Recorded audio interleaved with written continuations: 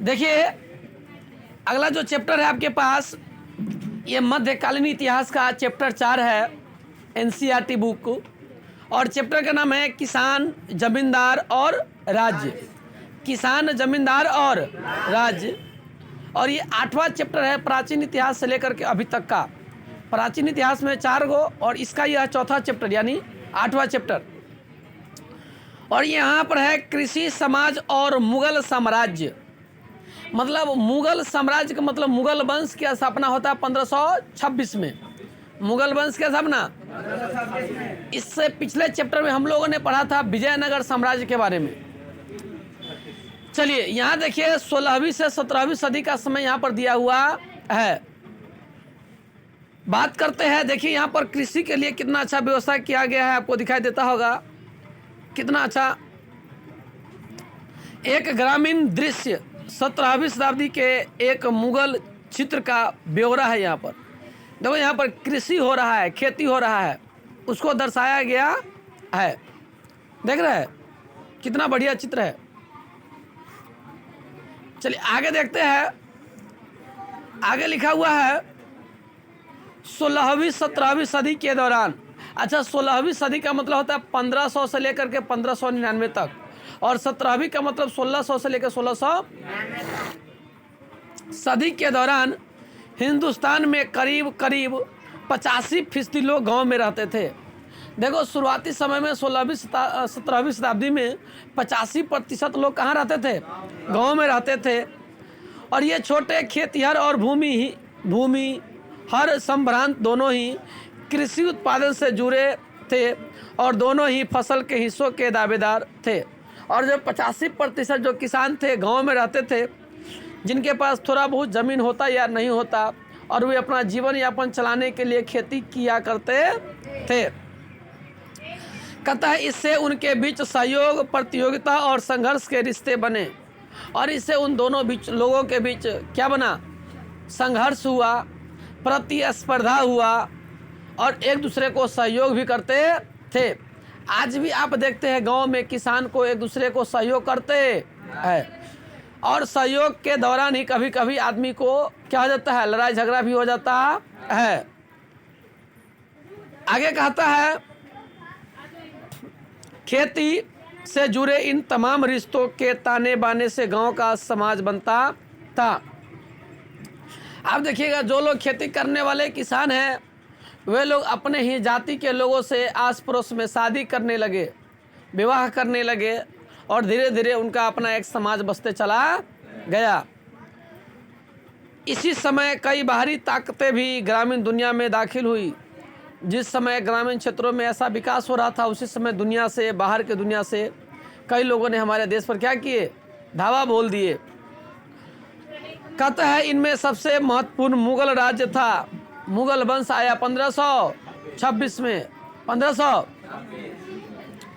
और जब मुगल वंश आया उसमें भारत में दिल्ली सल्तनत चल रहा था।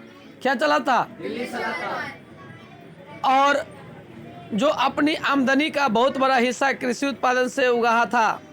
मुगल वंश, मुगल साम्राज्य जो अपना राज्य चलाता था, उसके आमदनी का मुख्य स्रोत क्या था? किसानों से लिया जाने वाला कर। राज्य के नुमाइंदे राजस्व निर्धारित करने वाले, राजस्व वसूली करने वाले, हिसाब रखने वाले ग्रामीण समाज पर काबू रखने की कोशिश करते थे। वे तसल्ली करना चाहते थे कि खेतों की जुताई हो और राज्य को उपज से अपने हिस्से का कर समय पर मिल जाए। चूँकि कई फसलें बिक्री के लिए उगाई जाती थी, इसलिए व्यापार, मुद्रा और बाजार भी गांव में घुस गई और इसमें खेती वाले इलाके शहर से जुड़ गए। देखो गांव में जितने भी खेती होती थी उसमें कई फसल ऐसे थे जिसका उद्देश्य ये था कि इसको उगाने के बाद जब ये पौधा तैयार होगा, इसको क्या कर दिया जाएगा? बिक्री कर दिया जाएगा। जैसे आज भी आप देखिए गांव में गन्ना को देखते हैं लोग, तैयार करते हैं, उसको बिक्री कर देते हैं। आज भी आप देखते हैं खैनी तैयार होता है, उसको क्या कर दिया जाता है? बेच दिया जाता है। और यह बिक्री के चलते बाजार धीरे धीरे कहाँ आ गया? गांव में। बाजार कहाँ गया? गांव तक बाजार आ गया। चलिए आगे बात करते हैं। ये पहला टॉपिक है जिसका नाम है किसान कृषि उत्पादन। किसान और कृषि उत्पादन। देखो, किसान को अगर अच्छा मदद किया जाएगा, अच्छा सहयोग किया जाएगा तो उत्पादन ज़्यादा बढ़ेगा। किसान को अगर मदद नहीं किया जाएगा, सपोर्ट नहीं किया जाएगा तो उत्पादन में क्या होगी? कमी आएगी। तो इसलिए किसान को मदद कौन करता है? सरकार। कौन करता है? खेतिहर समाज और बुनियादी इकाई गांव थी जिसमें किसान रहते थे। उस समय मध्यकालीन भारत में अक्सर किसान कहाँ रहते थे? गांव में। किसान साल भर अलग अलग मौसम में तो तमाम काम करते थे जिससे फसल की पैदावार होती थी। देखिए, आपको पता होगा अपने यहाँ बरसात के मौसम में धान की खेती किया जाता है और ठंडी के मौसम में गेहूं की खेती किया जाता है। और अलग अलग मौसम में हम अलग अलग खेती इसलिए करते हैं ताकि हमारा फसल क्या हो? अच्छा हो। जैसे कि ज़मीन की जुताई, बीज बोना और फसल पकने पर उसकी कटाई। इसके अलावा वे इन वस्तुओं के उत्पादन में भी शरीक होते थे जो कृषि आधारित थी, जैसे कि शक्कर, तेल इत्यादि। देखो, जो किसान थे वो समय समय पर खेतों में क्या करते थे? काम करते थे। जैसे कब खेतों को जोतना है, कब खेतों में बीज बोना है, कौन सा बीज खेतों में बोना है, कितना खाद देना है, कितना पानी देना है, इसका ख्याल रखते थे ताकि हमारा उत्पादन क्या हो? ज़्यादा हो। इसके साथ साथ किसान और भी अलग से खेती करते थे, जैसे शक्कर। शक्कर माने जानते हैं आप लोग ना? मीठा। शक्कर माने क्या होता है? चीनी होता है ना। तो वो कौन चीज़ से बनता है? ईख से। इसीलिए वो ईख का भी क्या करते थे? अरे ईख ही मेन चीज़ हुआ। ईख से ही शक्कर या गुड़ बनता है। क्या बोलते हैं उसको? शक्कर भी बोलते हैं और क्या बोलते हैं? गुड़ भी बोलते हैं ना। तो वो दोनों का माध्यम क्या हुआ? गन्ना। तो लोग गन्ने की भी खेती करते थे और जिससे हमें तेल प्राप्त होता है, जिसको हम लोग सरसों या राई बोलते हैं। तो लोग सरसों और राई का भी क्या करते थे? खेती करते थे। आज भी लोग करते हैं। लेकिन सिर्फ मैदानी इलाकों में बसे किसानों की खेती ही ग्रामीण भारत की खासियत नहीं थी। कई ऐसे क्षेत्र भी थे जैसे कि सूखी ज़मीन के विशाल हिस्सों से पहाड़ियों इलाके वाले, जहां उस तरह की खेती नहीं हो सकती थी, जैसे कि ज़्यादा उपजाऊ ज़मीन पर। इसके अलावा भूखंड का एक बहुत बड़ा हिस्सा जंगलों से घिरा था। देखो, कुछ ऐसे भी क्षेत्र थे जो पहाड़ी क्षेत्र था जहां पानी की क्या थी? कमी थी। कुछ ऐसे भी क्षेत्र थे जो जंगलों से घिरा था जहां पानी की क्या थी? और आप सोच के देखिए, जहां पानी की कमी रहेगी क्या वहां पर खेती अच्छी होगी? नहीं होगी। कहता है जब हम कृषि समाज की बात करते हैं तब हमें उन भौगोलिक विविधताओं का ख्याल रखना चाहिए। देखो, खेती करने के लिए हमें कई भौगोलिक चीज़ों की ज़रूरत होती है। जैसे आप लोगों को मैट्रिक में पढ़ाया गया होगा कि हमें खेती करने के लिए कई भौगोलिक दशाओं का ज्ञान होना ज़रूरी है। जैसे मिट्टी, जलवायु, मजदूर, तापमान, पूंजी, सिंचाई, इन सब की क्या होती है? आवश्यकता। क्योंकि अलग अलग जलवायु में अलग अलग पौधे उगाए जाते हैं, अलग अलग मिट्टी में अलग अलग पौधे उगाए जाते हैं। अलग अलग पौधों की खेती के लिए तापमान अलग अलग जरूरी होती है। अलग अलग पौधों की खेती के लिए कम या ज़्यादा मजदूरों की आवश्यकता होती है। ठीक है ना? उसको कहते हैं भौगोलिक दशाएं। क्या बोलते हैं? कुछ ऐसे पौधे होते हैं या फसल होते हैं जिसमें कम सिंचाई की ज़रूरत होती है। कुछ ऐसे पौधे या फसल होते हैं जिसमें ज़्यादा सिंचाई की क्या होती है? चलिए आगे बात करते हैं स्रोत की तलाश। इसके बारे में हमें जानकारी कहाँ से पता चलता है? चूँकि किसान अपने बारे में खुद नहीं लिखा करते थे। अच्छा, किसान गरीब होते हैं कि अमीर? गरीब। तो किसान अपने बारे में लिख करके रखते हैं? नहीं, किसान अपने बारे में खुद लिख करके नहीं रखा करते थे। इसलिए ग्रामीण समाज के क्रियाकलापों की जानकारी हमें उन लोगों से नहीं मिलती जो खेतों में काम करते थे। अच्छा, गाँव के बारे में जानकारी हमें किसान से पता चलेगा? उस समय के किसान से पता चलेगा? नहीं, क्योंकि उस समय के किसान अपने बारे में कुछ लिखा ही नहीं, तो हमें पता चलेगा? नहीं पता चलेगा। तो उस समय के किसानों के बारे में लिखवाते कौन थे? राजा लोग। तो नतीजतन 16वीं और 17वीं सदियों के कृषि इतिहास को समझने के लिए हमारे मुख्य स्रोत वे ऐतिहासिक ग्रंथ व दस्तावेज है जो मुगल दरबार की निगरानी में रखे गए थे। इसके बारे में हम लोग 9वां चैप्टर में देखेंगे। कहाँ देखेंगे? कि उस समय के किसानों के बारे में जानकारी का मुख्य स्रोत जो हमें प्राप्त होता है वो कहाँ पढ़ेंगे? 9वां चैप्टर में। आगे देखते हैं। सबसे महत्वपूर्ण ऐतिहासिक ग्रंथ में से एक था आइन ए अकबरी। आइन ए संक्षेप में आईना देखिए, अनुभाग 8 में हम लोग देखेंगे आगे, जिसे अकबर के दरबारी इतिहासकार अबुल फजल ने लिखा था। VVI है, अंडरलाइन कर लीजिएगा। आइन ए अकबरी की रचना किसने किया था? अबुल फजल।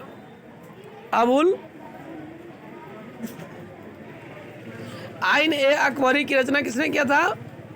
अबुल फजल। याद रखिएगा, आइन ए अकबरी की रचना किसने किया था? अबुल फजल। और यह क्या था? अकबर का इतिहासकार था। क्वेश्चन याद रखिएगा, अकबर का इतिहासकार कौन था? अकबर का इतिहासकार का नाम क्या है? अबुल। अकबर के इतिहासकार का क्या नाम है? जोर से बोलिए। अबुल फजल ने किस ग्रंथ की रचना किया? सबको याद हो जाना चाहिए। आइन ए अकबरी की रचना किसने किया? अबुल फजल कौन थे? अकबर के दरबारी इतिहासकार थे। कहते हैं खेतों की नियमित जुताई की तसल्ली करने के लिए, राज्य के नुमाइंदों द्वारा करों की उगाही के लिए और राज्य व ग्रामीण सत्तापोषों यानी कि जमींदारों के बीच के रिश्ते के नियम के लिए जो इंजाम राज्य ने किए थे उसका लेखा जोखा इस ग्रंथ में बड़ी सावधानी से पेश किया गया है।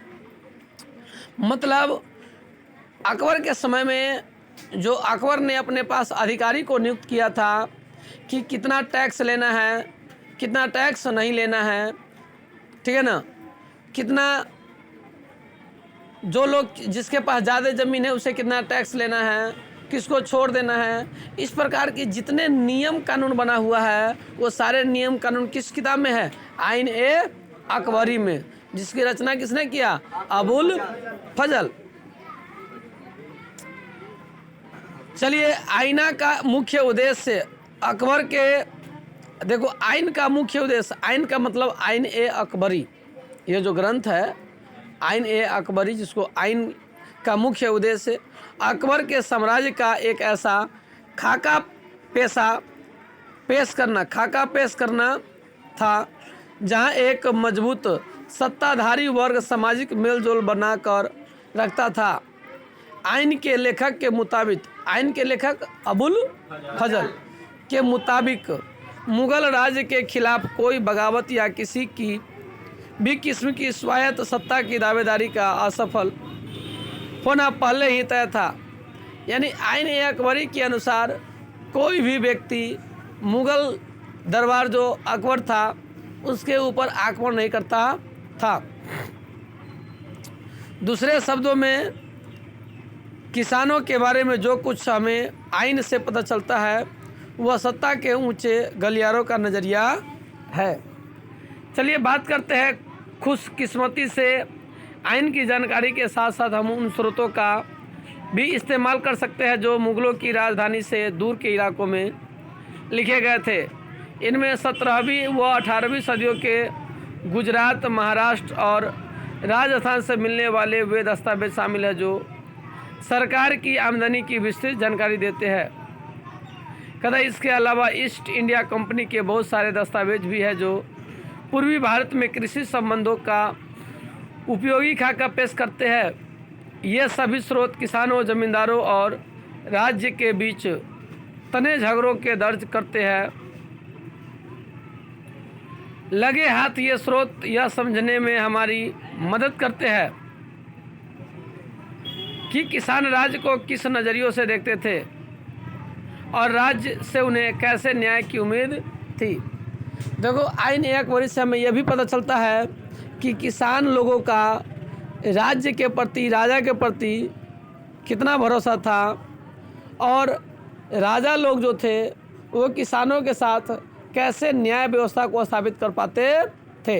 इन सारी चीज़ों की जानकारी हमें किसमें मिलती है? आइन अकबरी में। आइन आगे देखिए, आगे है किसान और उनकी ज़मीन। देखो, किसान को रैयत कहा जाता है। किसान को कैसे क्या कहा जाता है? मुगल काल के भारतीय फारसी स्रोत किसान के लिए आमतौर पर रैयत, बहुवचन रियात या मुजरियान शब्द का इस्तेमाल करते थे। आप याद रखिएगा, रैयत नाम याद रखिएगा। किसान के लिए किस शब्द का प्रयोग किया जाता था? रैयत से आगे जब चलेंगे आधुनिक इतिहास में तो रैयतवारी सिस्टम पढ़ाएंगे, वहाँ पर महालवारी सिस्टम पढ़ाएंगे।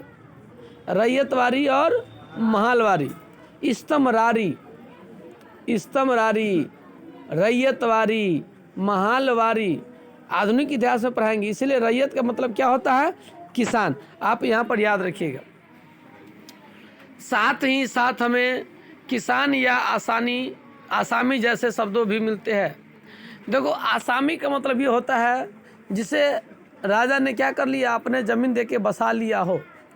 जैसे किसी के पास ज़मीन जथा नहीं है और कोई राजा उसे ज़मीन दे करके अपने ज़मीन में उसे बसा दिया हो, तो जो आदमी बस जाता है उस बसे हुए आदमी को आसामी कहा जाता है। आपको पता होना चाहिए, ये जो टोला जो बसा हुआ है हम लोग के पास, बगाही टोला, ये पूरा बगाही टोला किसमें बसा हुआ है? आसामी में बसा हुआ है। आसामी, राजा के ज़मीन में जो बस जाता है उसको क्या बोलते हैं? आसामी में। दमामी में भी बहुत लोग ऐसे बसे हुए हैं, आसामी में। 17वीं सदी के स्रोत से दो किस्म के किसानों की चर्चा करते हैं, खुद काश्त और पाही काश्त। देखिए, यहाँ पर किसान दो प्रकार के आया। एक किसान है खुद काश्त और दूसरा है पाही काश्त। अब हम लोग यह देखने का प्रयास करेंगे कि यह खुद काश्त क्या होता है और पाही काश्त क्या होता है। देखिए, पहले किस्म यानी खुद काश्त वे किसान थे जो उन्हीं गांवों में रहते थे जिनमें उनकी ज़मीन थी। देखो, खुद काश्त वे ज़मींदार थे जिनका अपने पास क्या होता था? ज़मीन होता था। जबकि पाही काश्त वे किसान या खेतीहर थे जो दूसरे गांवों से ठेके पर खेती करने आते थे। सुन लो ध्यान से, खुद काश्त किसान और पाही काश्त किसान। खुद काश्त का मतलब खुद का ज़मीन होगा, उसको क्या बोलेंगे? खुद काश्त। और पाही काश्त का मतलब जिसके पास अपना ज़मीन नहीं होगा, वो दूसरे के ज़मीन पर दूसरे के गांवों में जाकर खेती करेगा, उसको क्या बोलेंगे? पाही काश्त। खुद काश्त समझ में आ गया? अपना ज़मीन होगा उसको क्या बोलेंगे? जो दूसरे के ज़मीन में दूसरे गांव में जाकर खेती करेगा उसको क्या बोलेंगे? चलिए आगे है, लोग अपनी मर्जी से भी पाही काश्त बनते थे। देखो, लोग अपना मर्जी से क्या बनते थे? पाही काश्त। क्यों? क्योंकि जिसके पास अपना ज़मीन नहीं है या कम ज़मीन है, वो चाहते हैं कि दूसरा जगह चले जाएंगे, ज़्यादा ज़मीन हमें मिलेगा खेती करने के लिए, तो ज़्यादा ज़मीन में खेती करेंगे तो ज़्यादा हमें मुनाफा प्राप्त होगा, ज़्यादा आय प्राप्त होगा। इसीलिए किसान जानबूझ करके क्या बनते थे? पाही काश्त। मेरे मौसा जी एक पाही काश्त किसान बने हुए हैं। अपने गांव को छोड़कर दूसरे गांव में चले गए हुए हैं, वहीं खेती करते हैं, बहुत अच्छा खेती करते हैं, बहुत अच्छा किसान बन गए, नंबर 1 किसान बन गए हुए हैं। ठीक है ना? और अपना उनका ट्रैक्टर हो गया है, सब चीज़ हो गया है, अपना वहाँ 20 बीघा खेती करते हैं। ठीक है ना? मतलब बहुत अच्छा किसान बन गए हुए हैं, लेकिन उनका अपना ज़मीन नहीं है, दूसरे के ज़मीन में क्या करते हैं? खेती करते हैं। तो वो किसान को हम क्या कहेंगे? पाही काश्त।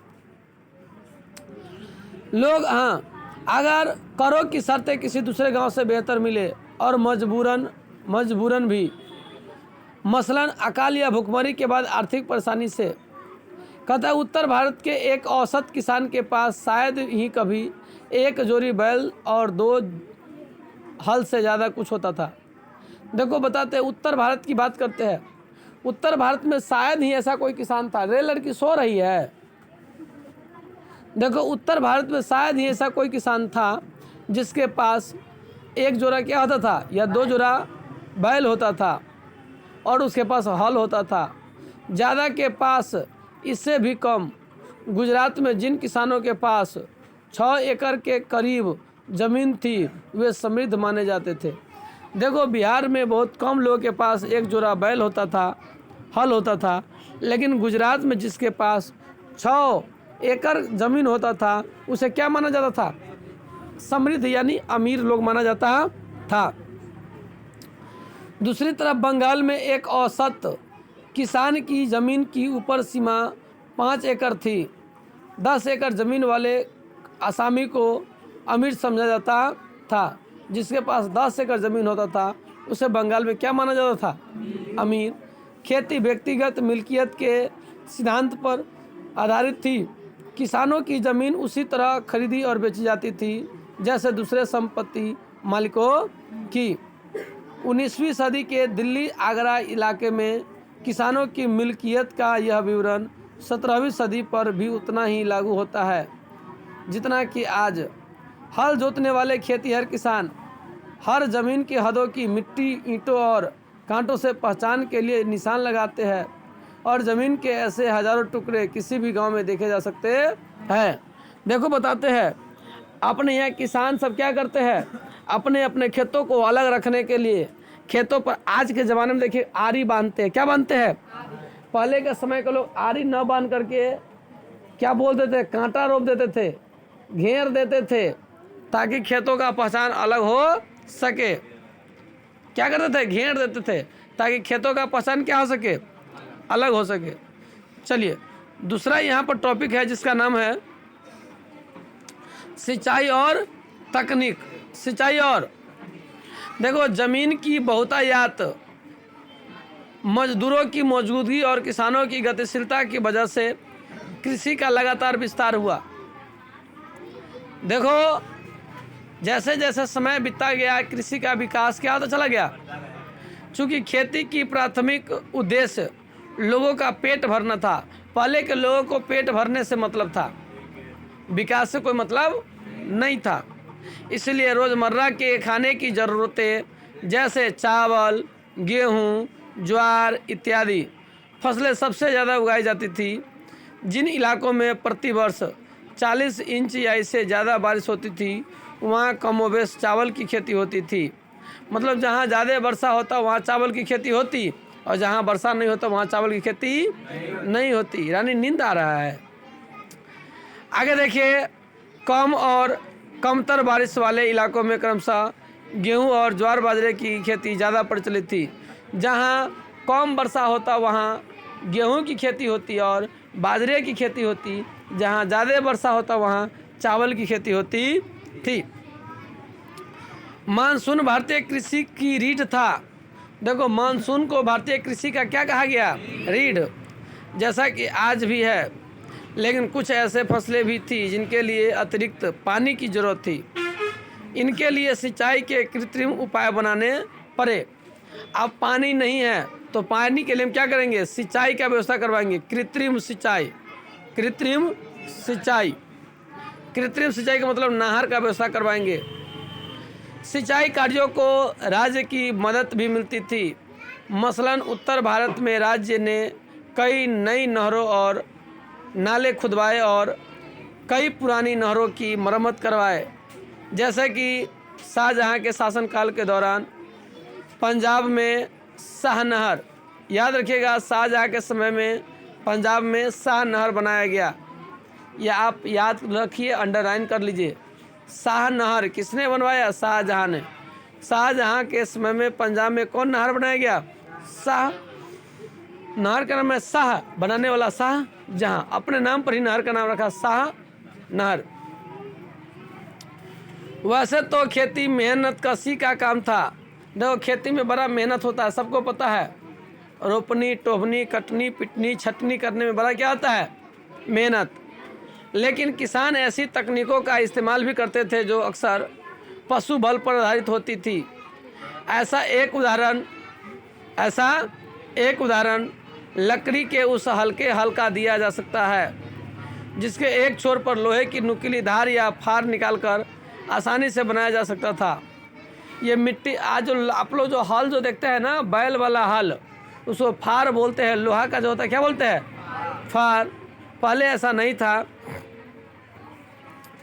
ऐसे हल मिट्टी को बहुत गहरे नहीं खोदते थे, जिसके कारण तेज़ गर्मी के महीने में नमी बची रहती थी।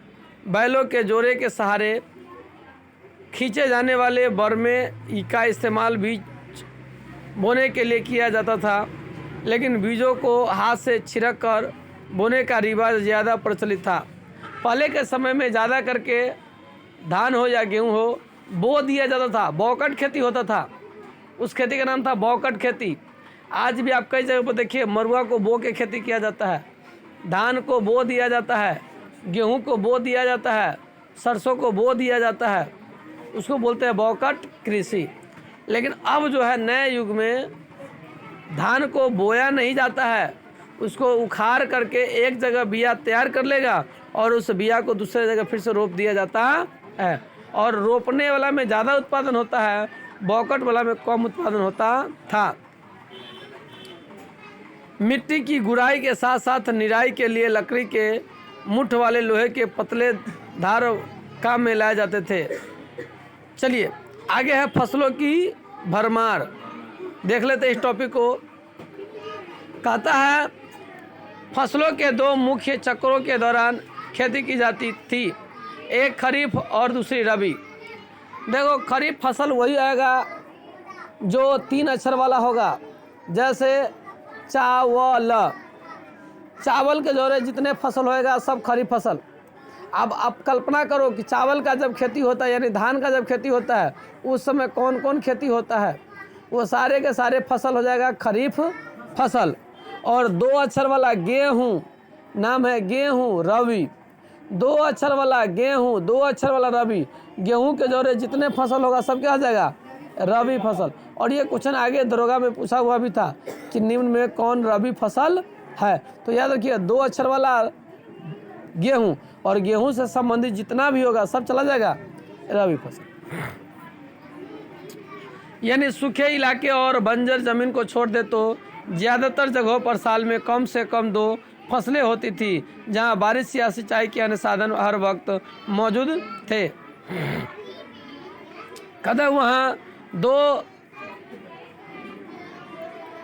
वहाँ तो साल में 3 फसलें उगाई जाती थी। इस वजह से पैदावार में भारी विविधता पाई जाती थी। देखो जहाँ पानी की सुविधा है, बारिश होता है, साल में कितने फसल? 3 फसल। जहाँ बारिश नहीं है, मौसम अच्छा नहीं है, साल में 2 फसल।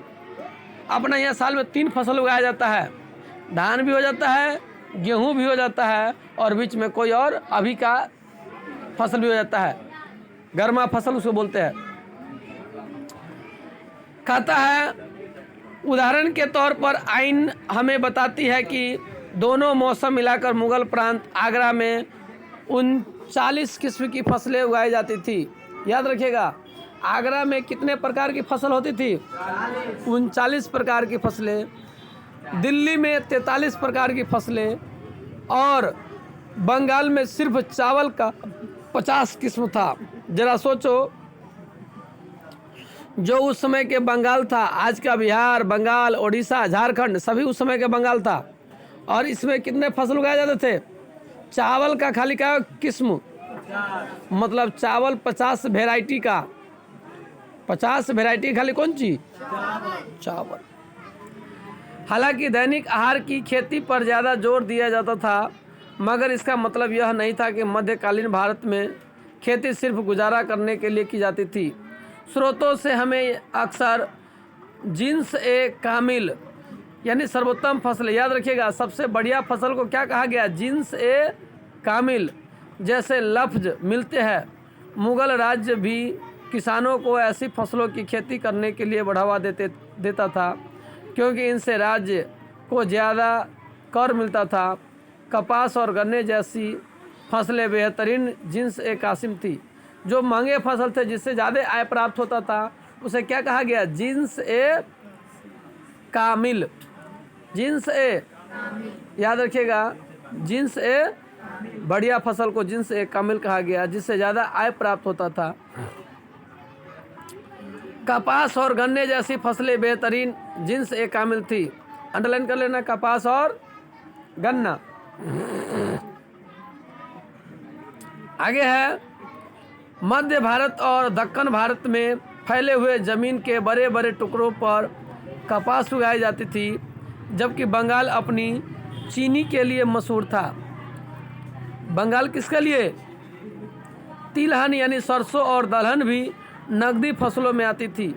नकदी फसल का मतलब होता है जिसको उपजाने के बाद जल्दी से जल्दी बेच दिया जाता है और बेचने के बाद हमें रुपया प्राप्त होता है, उसको बोलते हैं नकदी फसल।